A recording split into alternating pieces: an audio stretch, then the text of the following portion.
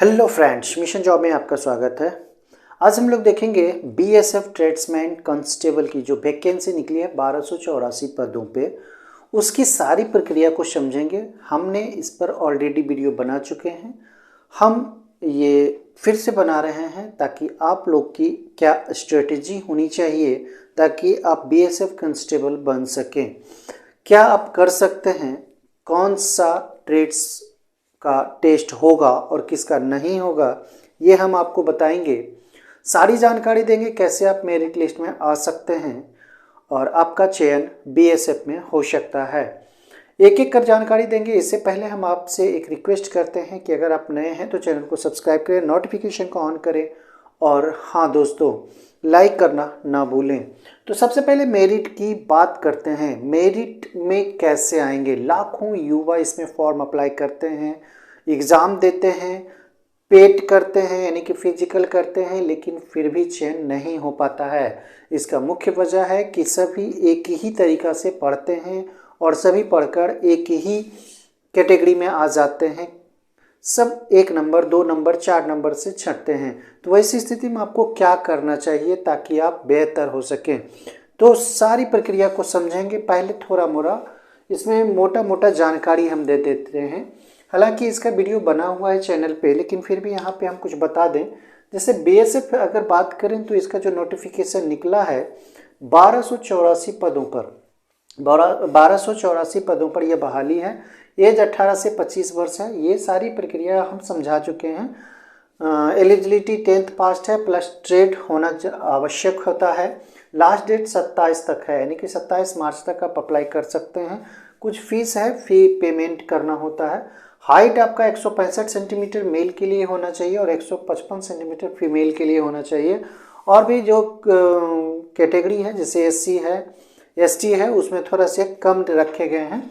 Chest की बात की जाए तो यहाँ 75 से 80 सेंटीमीटर है, वो सिर्फ मेल के लिए है, फीमेल में ये बाध्यता नहीं है। ट्रेड टेस्ट किसको देने हैं ये आप समझें। ट्रेड टेस्ट किसको देने हैं और क्यों देने हैं, किसमें सर्टिफिकेट लगेंगे और आप एलिजिबल हैं कि नहीं हैं, आप यहाँ देख लें।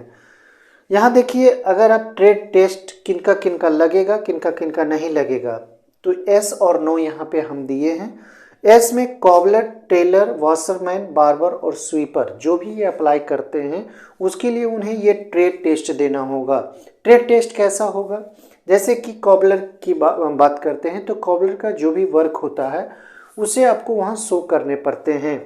टेलर, ये मेजरमेंट करके आपको बताना पड़ेगा कैसे काटा जाता है कपड़ा, सिला जाता है, ये सारी प्रक्रिया को बताएंगे।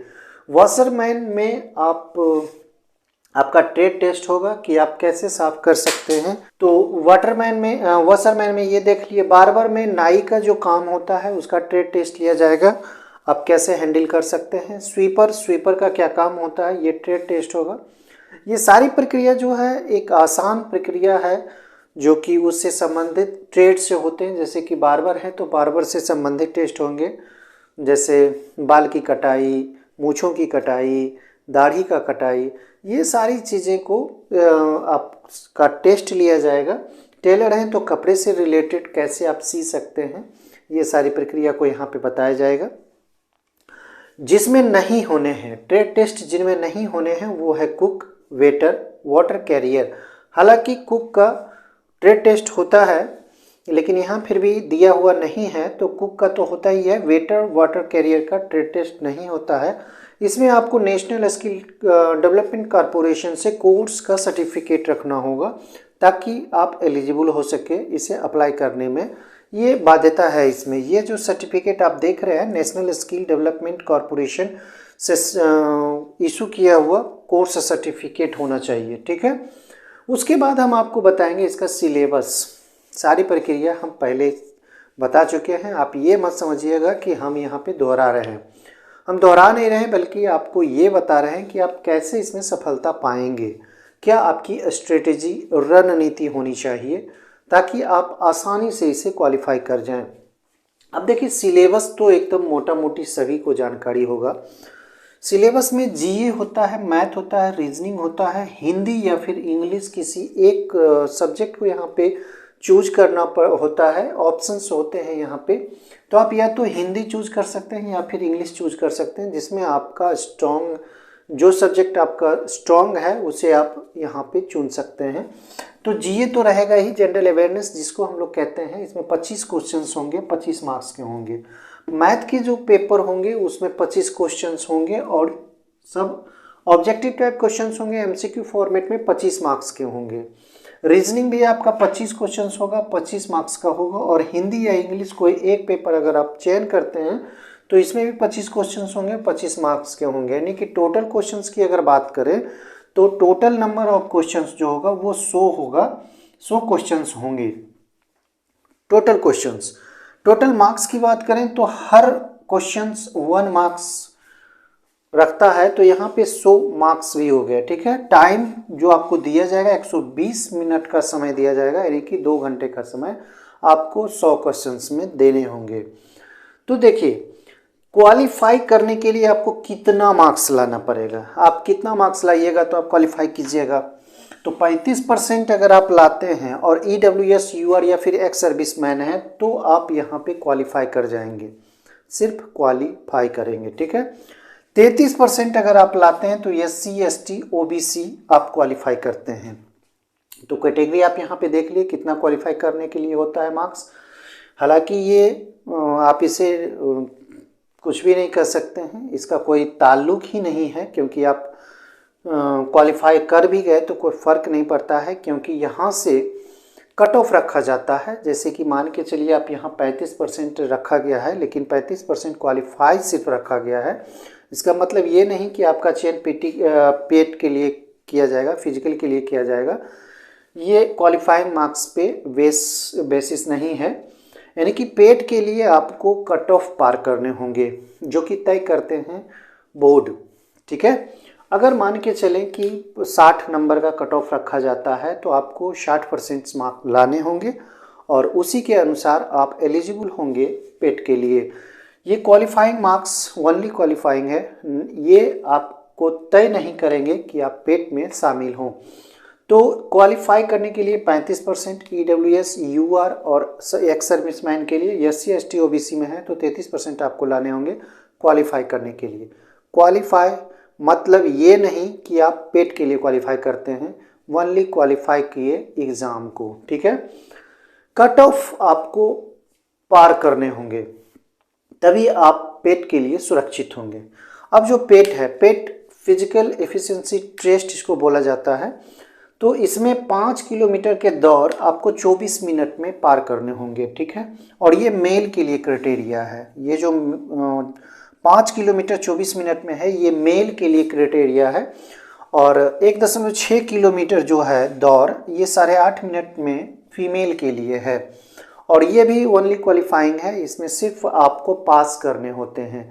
पास करने का मतलब है कि आप 5 किलोमीटर 24 मिनट में दौड़ जाएं, इसमें कोई आपको मार्क्स नहीं मिलेंगे।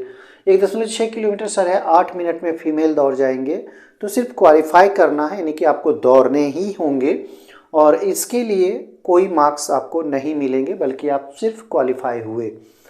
तो आखिर किस बात पे आपका चयन होगा, किस स्कोर को देखते हुए आपका चयन किया जाएगा?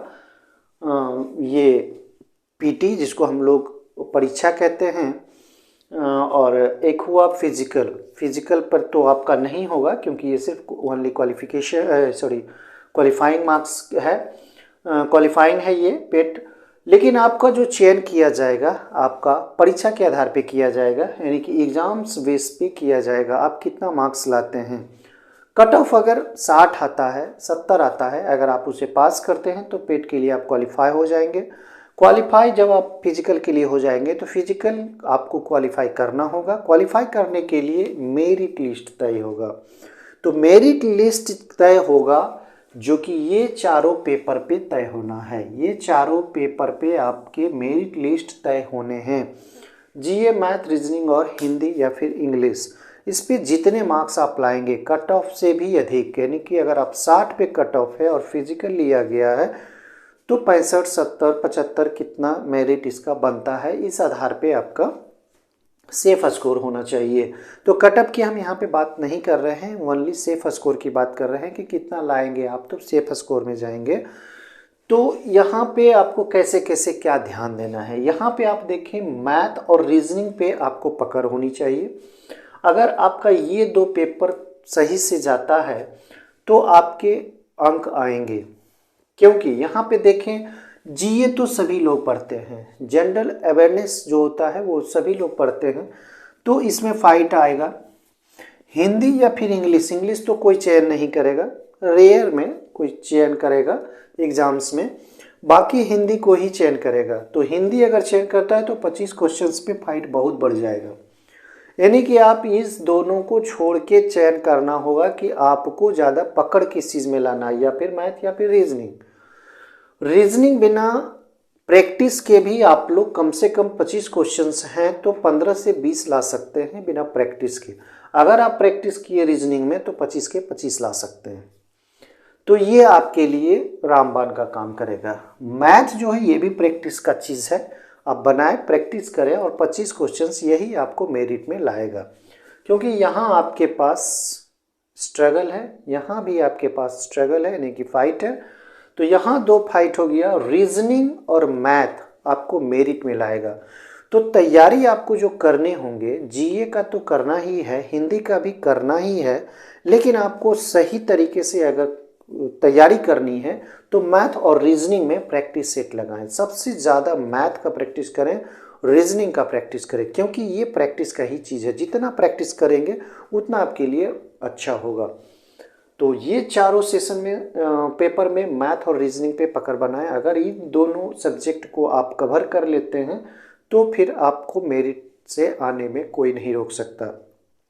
दोस्तों और भी वीडियो आपके लिए हम लाएंगे बनाकर, ताकि आपको सफलता मिल सके। अगले वीडियो तक के लिए धन्यवाद।